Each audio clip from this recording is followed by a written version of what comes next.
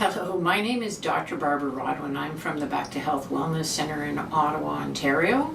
I'm here to talk to you today about iliotibial band issues. So the iliotibial band, we've taken a piece of tubing and put it on the side. It actually starts up off the hip and ends down on the side of your knee here. So the iliotibial band, there's not a lot of muscle groups that go over two joints, such as this. So normally, like your bicep starts on the shoulder and ends down here, so it only actually goes over one joint. This one goes over two, so it allows movement of both the hip and the knee. It does different motions for both of them. So with the iliotibial band, normally it would be this length, and what we've done with the other piece of tubing is we tied 4 different knots in it. And what that would do if it was actually tight, because if you think of an elastic band and you tied 4 knots in it, it would shorten. So that would be adhesions, which we find in the iliotibial band when you have a problem with it, and that will cause a rotation of the hip and the knee. So often when people come in that have had iliotibial band problems, I think of a patient recently, she was only having her knee treated and the hip wasn't being looked at. So the problem wasn't going completely away, and we looked at both her foot, her knee, her hip, and her lower back and worked on all of those, and now she's not having iliotibial band problems. Now she had iliotibial band problems on both knees because of playing ultimate, either one knee or the other knee. Now if you are having an iliotibial band problem and you only have it on one side, one leg, that usually means that yours is coming from a rotation of your hips. Because then with the rotation of your hip, it's actually causing the one side to tighten up, because you have to wonder why you're only having it on one side and not both. This patient was having it on both because she was overtraining, and that can happen sometimes even with runners. So if you are running and you get it in both, one of the factors could be that you're adding too much mileage too soon.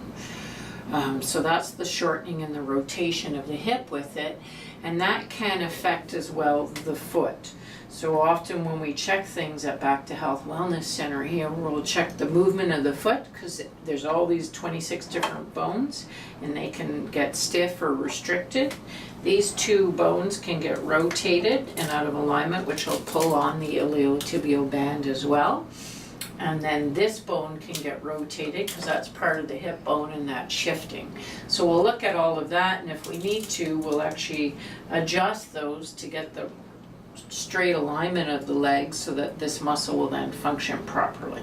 So to be able to adjust them depending on the issues, with the foot I either use my hands and pull on the foot in a certain fashion if the adjustment can be done that way, or the other way that I'll do it is I'll actually use either this instrument, it's known as a drop piece, and I'll put either your foot or your knee on top of it and use it to adjust what needs to be realigned.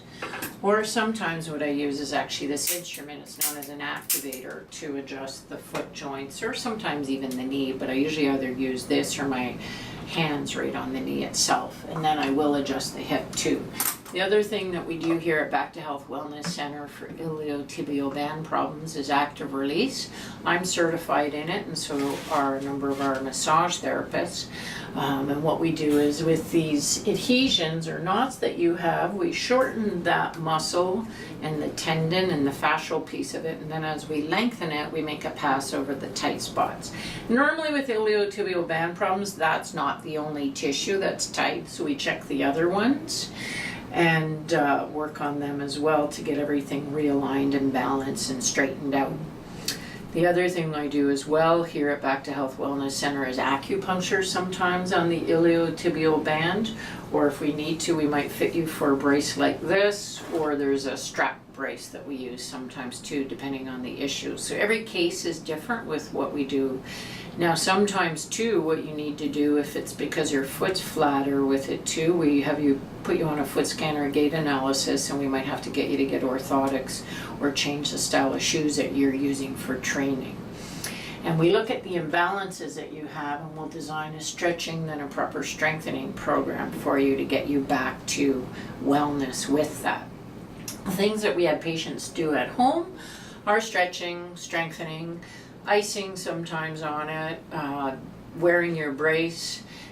We might get you to use these balls on it too, AccuBalls, so where you're actually helping in between treatments to loosen it up, so you can use it on there. We do have videos on our website with this. And the other major thing I get patients to do is actually foam roll. So foam roll the iliotibial band and all the other muscles affected by it. And again, there's an amazing video on our website on how to foam roll properly, or you can get it on our YouTube channel.